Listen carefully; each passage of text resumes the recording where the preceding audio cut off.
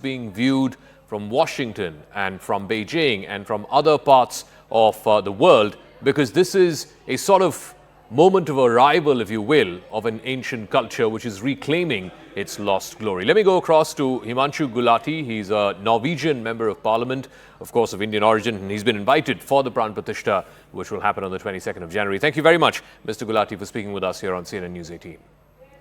Thank you for having me on.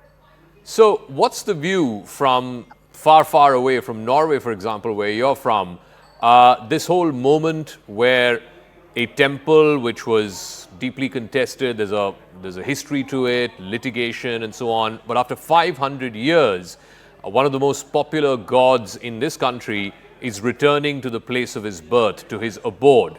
How is it being viewed in different capitals around the world, and particularly where you hail from? Well, let me start by saying that it's a big personal honor to be invited to such an historic event. And I think what this event is also a testament of how a disputed issue can be resolved in a peaceful and democratic manner, as it has indeed been in a world which is otherwise filled with conflict and other examples. So this is not just a big cultural celebrations for all of India or Hindus around the world. It's also a matter of celebration for the world, because it shows that things can be done the right way. When you say India and the view from the Western world, for many number of years was about yoga. It was one of the biggest exports from India, culturally speaking. Butter chicken, which was the other big cultural export. That image of, oh, there is this land which is exotic, it's got, yoga and spiritualism and gurus. Is that image now being tempered with a hard-nosed reality that India is also an economic powerhouse, or at least on its way to becoming one? Certainly, I think India's image in the world has changed. The things that you are mentioning, spiritualism, meditation, Bollywood, or butter chicken, is all still there. But in addition, I think the world views a geopolitical superpower, both in terms of trade and economic might, but also in other situations. So I think the view of India has become much more broader, and India's importance has become much broader, and that's being felt all over the world. Could you give us, what you have seen firsthand, or what you witnessed, the change in attitude of people in Norway or other Europeans who you interact with, how the view about India has changed, particularly in the last 10 years? Well, I think if you just look at the free trade agreements that the European countries or EU or the UK are negotiating, India is the most preferred and most important partner at the moment for such agreements. While if you look 10 years back ago, the whole world was looking towards China. And I think there's another difference with India as well, is that there are a lot of common shared values with the West in particular, in terms of democratic values, in terms of clean and fair trade. So there are no doubt about the intentions about India. I think it's viewed as a partner in a much bigger way than perhaps a few other countries. You did mention China, and of course, China's had an incredible economic story, no doubt about it, over the last 30 years. It's also militarily asserting itself much more in the last 10 years or so. And if you look at the history of, great nations or great powers, whether it's the British Empire, the rise of America after the Second World War, it's always been on the back of, hard military power or hard economic power. But do you reckon in this day and age, with the way India is rising, it's not just economic power or military might that's important, but also a deep connection to an ancient past, and what that and how relevant that is to today's world? I think that is relevant, because I think the Indian sense of cultural heritage gives a sense of pride to people in India and people of Indian origin, and it's also sort of the values and the culture that you are taught at home by your parents and that you bring with you further in life. And the fact that people of Indian origin are doing well abroad. I mean, we have a Hindu prime minister in Great Britain right now. We have many people of Indian origin in the U.S. politics and leading some of the biggest companies in the world. That also gives a sense of pride and shows that if you work hard, if you have the right values from home, you can make it big anywhere in the world. And I just want to talk about those values. What may that necessarily translate to in today's world? I mean, for the last 50 years, certainly, maybe even longer, the Western worldview was trying to chase material success, right?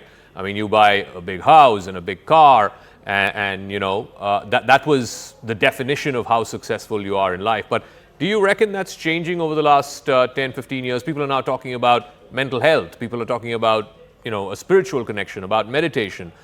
These are not things that were valued, at least in a Western worldview, for the longest time. Do you reckon that's changing, and perhaps that is an area where India can contribute with its ancient culture, its rootedness, its spirituality? Certainly, and I think it's today widely accepted that to be successful in any field, whether you're working at the very top or as a professional elsewhere, you need peace and calm both within yourself as well.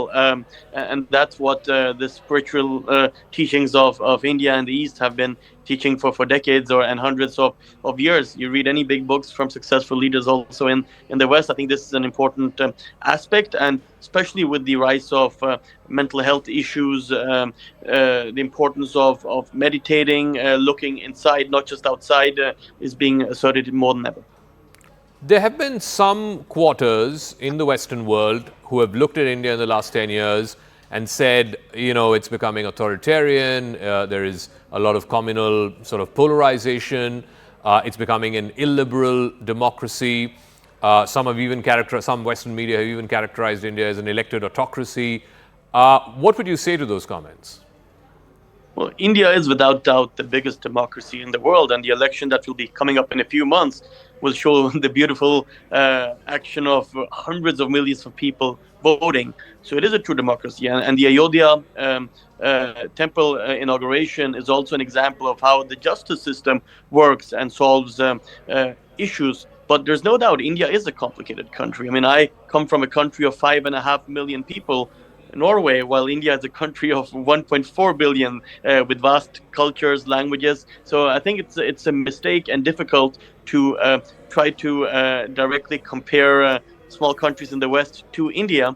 But there's no doubt that India is a democracy. It's not perfect, but it's going ahead in a good direction. And of course, whatever shortcomings there are, it as a democratic country needs to solve itself. Yeah, and finally, I'm sure you've been visiting India, for a number of years now.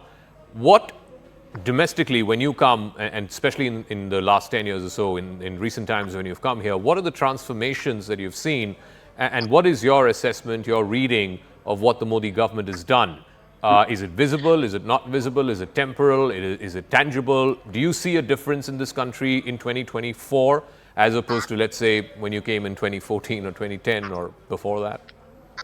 I see a big difference, and I feel a big difference in the air, the ambience, the dynamics, and also in the pride of Indian people. That also goes to people of Indian origin living abroad. I think there's a sense of more self-confidence, a pride of seeing a country rising economically and in other areas, and really asserting the position it deserves given its size and its population. So I think India is moving towards its right position in the world, while it perhaps for many years had not reached that level of both development and positioning in the global world.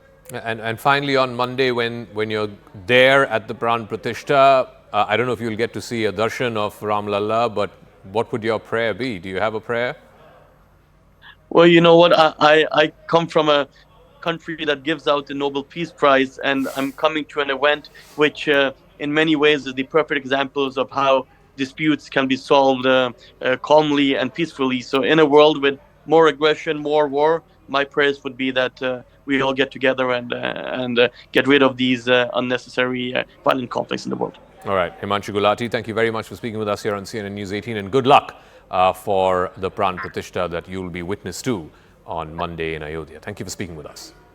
Thank you very much.